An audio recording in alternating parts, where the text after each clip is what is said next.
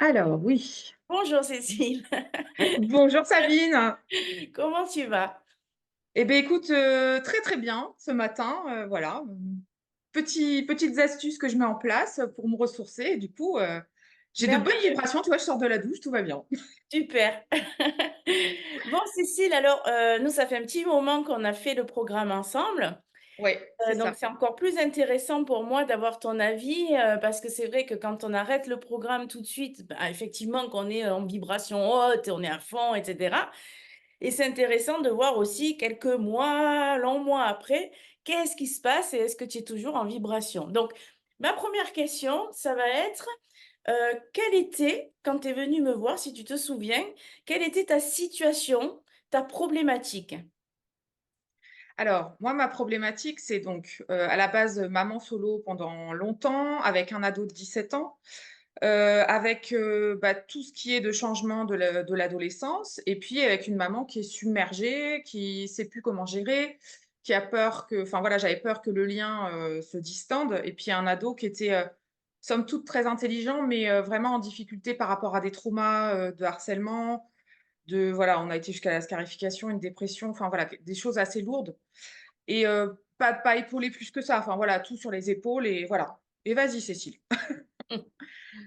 Donc bah, c'était, voilà, le but, enfin moi en tant que maman, bah, toutes les mamans, on veut le meilleur pour nos enfants, voilà, on veut que ce soit, les aider vraiment quand ils sont pas bien et comment je fais, quoi? Et en fait, là où je t'ai connue, beh, moi, c'était le sommet des ados, du coup et où je voilà, où j'ai vu plein d'invités, je me suis inscrite, mais j'ai trouvé ça juste génial parce que du coup, il y avait plein d'interactions et puis, je t'ai trouvée enfin voilà, c'était un coup de cœur et ça ne m'a jamais lâchée. C'est-à-dire qu'au niveau de tes valeurs, au niveau de la façon dont tu parles qui est, vraiment très vraie, authentique, chaleureuse et toujours dans la bienveillance, moi, c'est ce qui, m'allait. Donc après, je t'ai suivie, sur des lives, sur voilà, je faisais des interactions et puis voilà, toujours des petites astuces, toujours des petites choses qui m'aidaient au quotidien. Mais il y a un moment donné, je me sentais, vraiment démunie, dans la parentalité, moi en tant que femme, parce que du coup, j'avais pas de temps pour moi. Donc voilà, donc c'est là où, du coup, j'ai dit: «Allô Sabine, est-ce que tu as des astuces et est-ce que tu peux m'aider avec ton programme?» Donc ouais, Déjà, voilà. merci beaucoup pour tous ces merveilleux compliments, ça fait chaud au cœur. Et c'est vrai. Donc effectivement, le sommet, c'était en novembre 2022. On a fait je crois qu'on a démarré fin 2022 et puis, tout début 2023. 23, ouais, voilà, c'est ça. Est-ce que tu te souviens, si tu en avais, certainement, quels étaient les freins pour entrer dans ce programme? Donc, je veux juste, entre une petite parenthèse pour les personnes qui nous écoutent et qui ne connaissent pas, le programme MAPI, qui veut dire méthode d'accompagnement des adolescents et des parents dans la joie, avec le petit grec de happy. C'est un programme familial qui dure entre 3 et 4 mois où on prend en compte la famille. Donc te concernant, la famille, c'était toi et ton fils, voilà. Voilà, Donc, c'est ça. quels étaient les freins que tu as rencontrés avant de me peut-être avant de me contacter? Alors les freins que j'ai rencontrés, dans un premier temps, c'était, une vraie solitude, un vrai désarroi dans ma situation. C'est-à-dire, quels s co comment je peux gérer ça?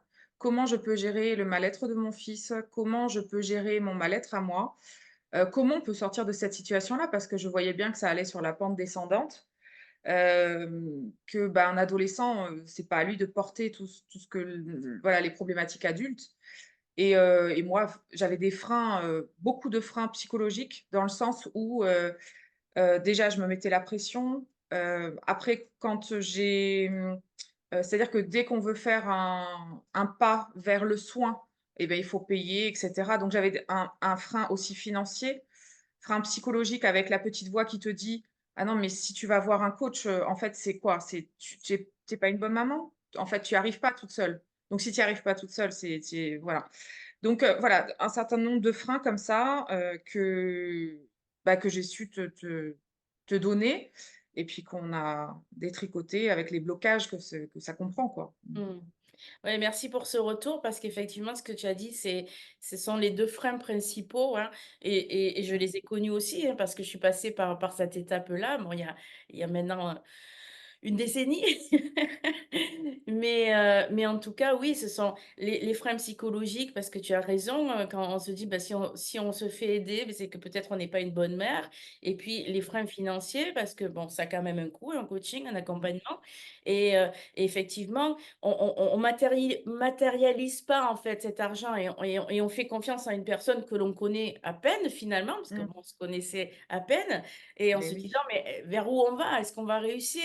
donc c'est heu ça. donc c'est super important effectivement, mais pour les gens qui nous écoutent, de comme tu as fait, d'aller voir les personnes, de les écouter, de petit à petit de s'intégrer via toi, c'était via un sommet, ça peut être une Mmh. communauté puisque j'anime une communauté Oui, sur Facebook et parents d'ados, la communauté des parents super. d'ados.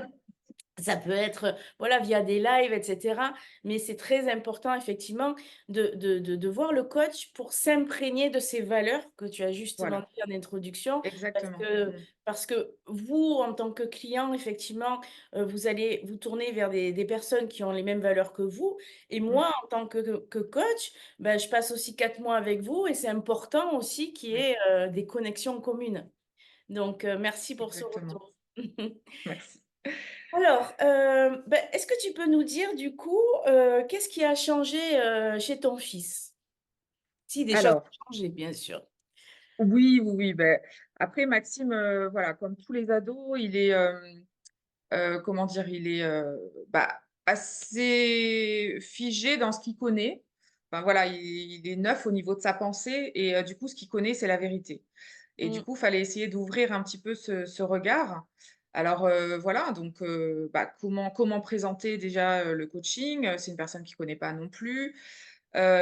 Comment te dire que c'est autre chose, on va essayer autre chose. C'est-à-dire que moi, le but, hein, c'était vraiment d'aller au-delà de tout ce qui est psy, de tout ce qui est un petit peu conventionnel et de se dire: «Voilà, on va tabler sur des valeurs comme ce sont les miennes et que je l'éduque avec mes valeurs», bah, il a un certain nombre de valeurs qui sont aussi les siennes et après qui voilà, qui vont être propres à l'individu mais voilà, il a un environnement, on va dire mmh, et du coup, donc voilà, mon fils, en fait, il est parti bah, de son, adolescence assez, voilà, chaotique, avec, il se positionnait pas, il connaissait pas ses valeurs, il se positionnait pas en termes d'opinion.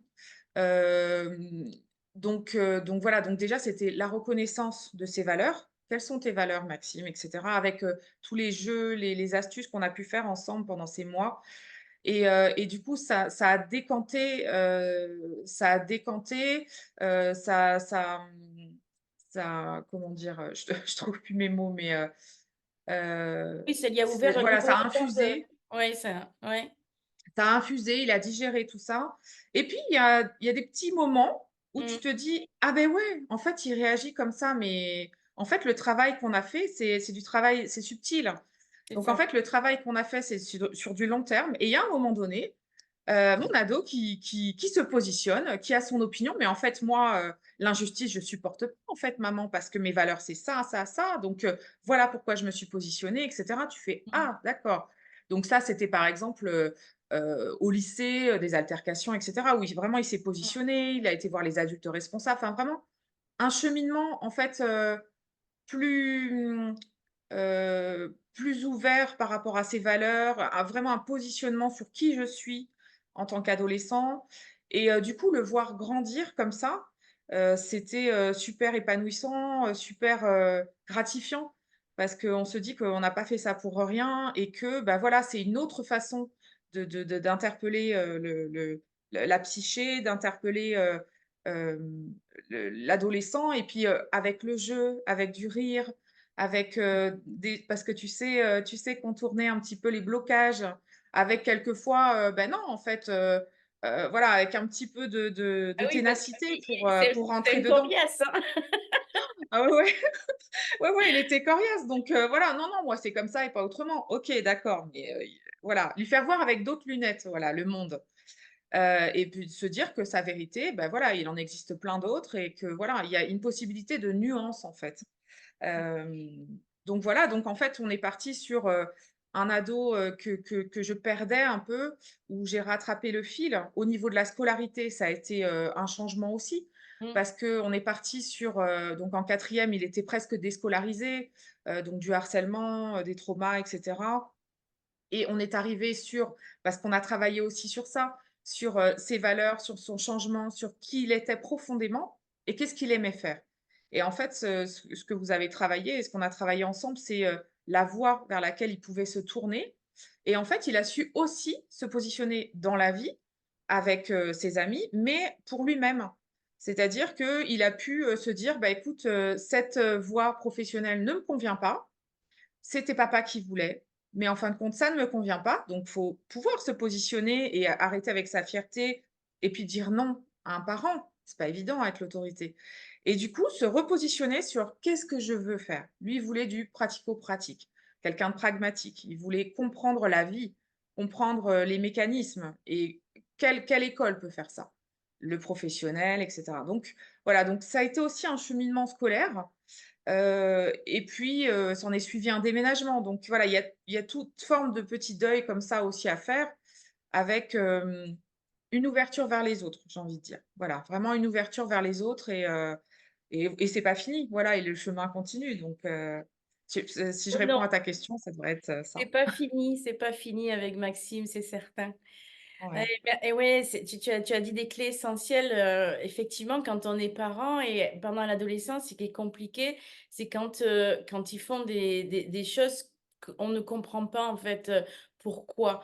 Et quand c'est on leur ça. donne les clés déjà à eux de se comprendre, de se connaître et comme tu l'as Mmh, très justement dit, pour Maxime, sa valeur, justice, elle est tellement forte qu'effectivement, il pouvait avoir des comportements qui quand on est maman, mmh, ça déboussole un peu, mais quand c'est on ça. comprend et quand on comprend son ado et pourquoi il fait ça et qu'on arrive à mettre des mots dessus et communiquer ensemble sur ça, bah, il y a plus de Voilà. souffrance en fait. C'est qu'une question de communication et puis surtout quand on apprend à l'ado à bien se connaître, il y a moins de chances pour qu'il se fasse influencer, voire Mmh, mal influencer, parce qu'on sait très bien qu'à ouais, l'adolescence, il y a plein de tentations et lui, en se connaissant, forcément, ben, il va être droit dans ses bottes et comme tu le dis, maintenant, il sait ce qu'il veut et il sait dire non, il sait s'affirmer et c'est génial. C'est génial pour la ouais. suite. Mmh.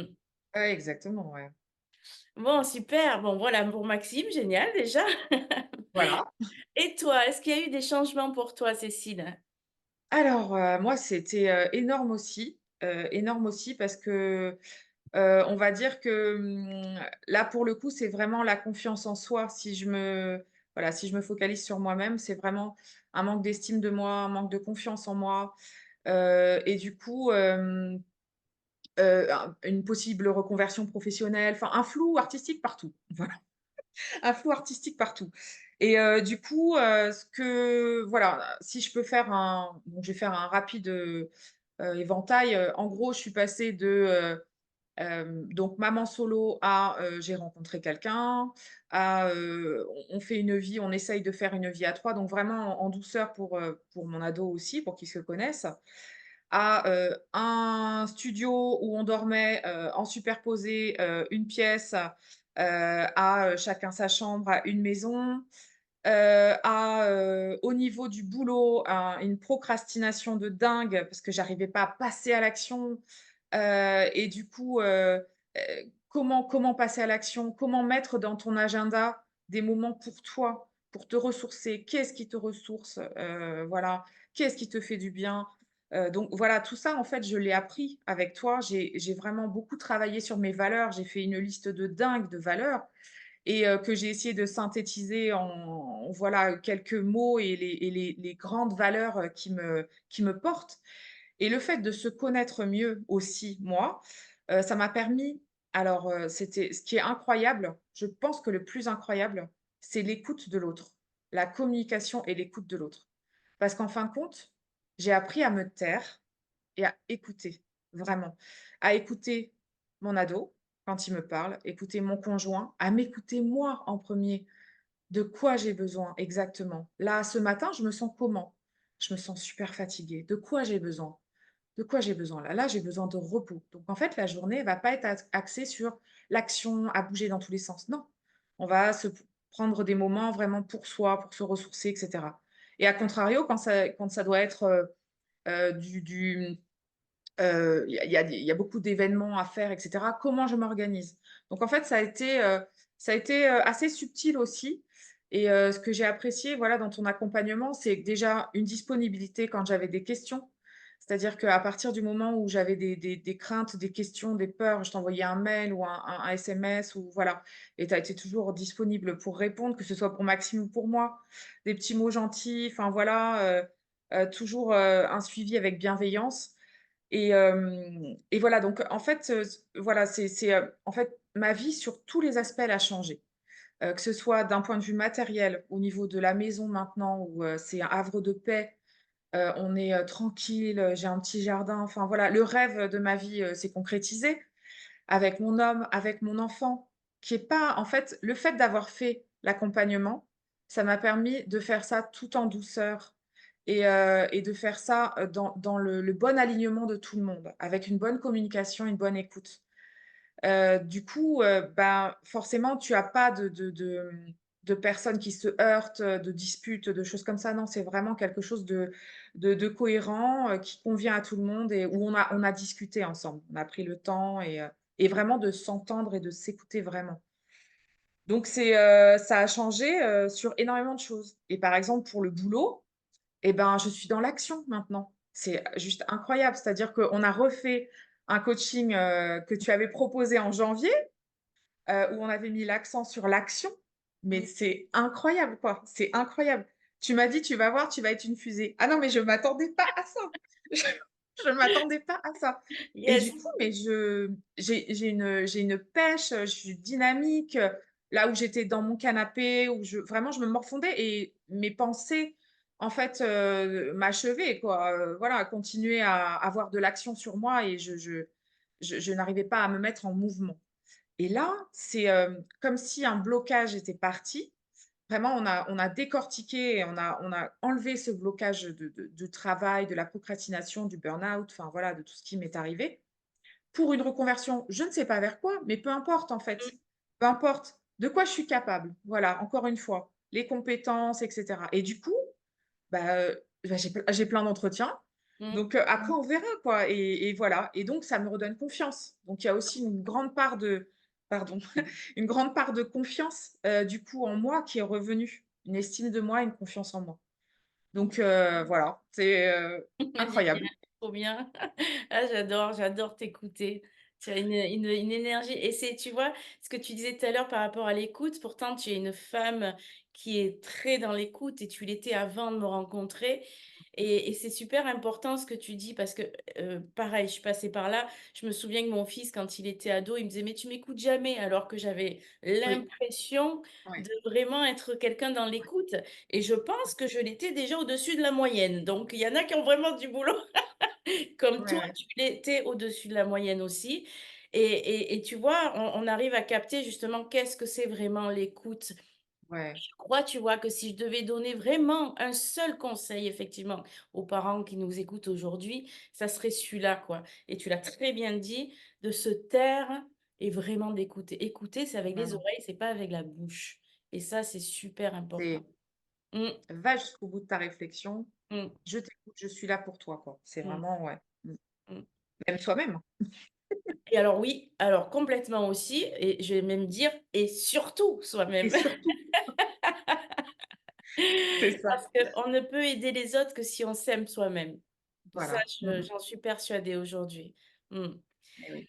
Bon, ben écoute, Exactement. Donc c'est vrai que bon, c'est énorme en termes de changement. ah, c'est assez énorme, ouais et puis là, tu es sur un chemin, ça y est quoi, tu es sur le chemin et comme tu Ouais, disais, tu as plein d'entretiens, tu sais pas exactement où tu vas aller, mais peu importe en fait et puis ça peut changer tellement. Alors il faut se mettre des objectifs pour y aller justement, mais on sait très bien qu'en cours de route, ça va changer encore plein de fois, donc ça. mais ça, c'est pas grave. Le tout, c'est de se mettre en route et Mmh, d'y aller et trouver l'énergie pour y aller. Mmh. mmh. Bon, bah, écoute, top pour tout ça, c'est merveilleux, moi j'adore t'écouter. Est-ce que pour terminer peut-être, est-ce que tu aurais, si tu devais retenir 2 points essentiels peut-être, qui sont importants pour toi, ça serait quoi? Qui sont essentiels pour moi donc Alors donc moi, ça va être vraiment l'amour, parce Mmh. que c'est vraiment mon moteur en Mmh. fait, Ouais, mon moteur au quotidien, mon moteur pour les autres, mon espoir pour les autres, enfin je suis quelqu'un qui croit en l'autre quoi, ouais. et toujours la communication avec ce relationnel. C'est vraiment mes 2 piliers, donc mes 2 voilà, c'est mes 2 valeurs principales, importantes pour moi. Donc que j'applique, bah, du coup sur tous les pans de ma vie puisque c'est ce qui m'anime. Mmh. Donc après on verra où la vie m'amène. Mais Mmh. le mot de la fin, c'est que, en fait, si on se donne les moyens, alors j'étais maman solo, j'étais toute seule dans mon appart, j'étais renfrognée, j'avais pas forcément les finances et cetera et je me suis dit: «Où est-ce que je peux, qu'est-ce que je peux prendre, enlever en moins?» Et puis on a trouvé des solutions aussi de financement avec toi. Donc c'est vrai que, voilà, en fait, on se met des barrières nous-mêmes et le fait de faire un entretien avec toi aussi de 30 minutes et de vraiment de savoir quel était le programme que tu proposais, quels étaient les outils que tu allais utiliser à peu près et quels étaient mes objectifs à moi, de se caler dessus et de trouver des solutions ensemble. En fin Mmh. de compte, il y a rien qui est impossible. Voilà, c'est vraiment, on se met des blocages seuls, mais il faut passer le pas de son blocage et se dire: «Comment je peux m'aider et avec qui je serai le mieux, en fait?» Et Mmh. toi, tu me correspondais, à 2000. Donc du coup, bah, c'était une évidence, voilà. Et voilà, je te remercie pour, bah, ta bienveillance parce que encore actuellement, les petits messages, enfin voilà, c'est une communauté, c'est une entraide, c'est une bienveillance toujours, c'est l'amour de l'autre aussi, et tout ce que tu transmets, c'est aidant, inspirant, et ça fait du bien, quoi. Ça fait vraiment du bien. Merci. Merci beaucoup pour tout ça, Cécile. Bon, bah, écoute, merci pour ton témoignage qui est hyper riche et j'espère qu'il y a beaucoup de parents qui vont l'écouter parce que tu donnes J'espère que ça pourra aider, oui. des clés Mmh. essentielles. Merci Mmh. beaucoup, je te souhaite, un bon chemin et de toute façon, on reste connectés. Exactement. Au revoir, Cécile. Merci Sabine. Au revoir. Au revoir.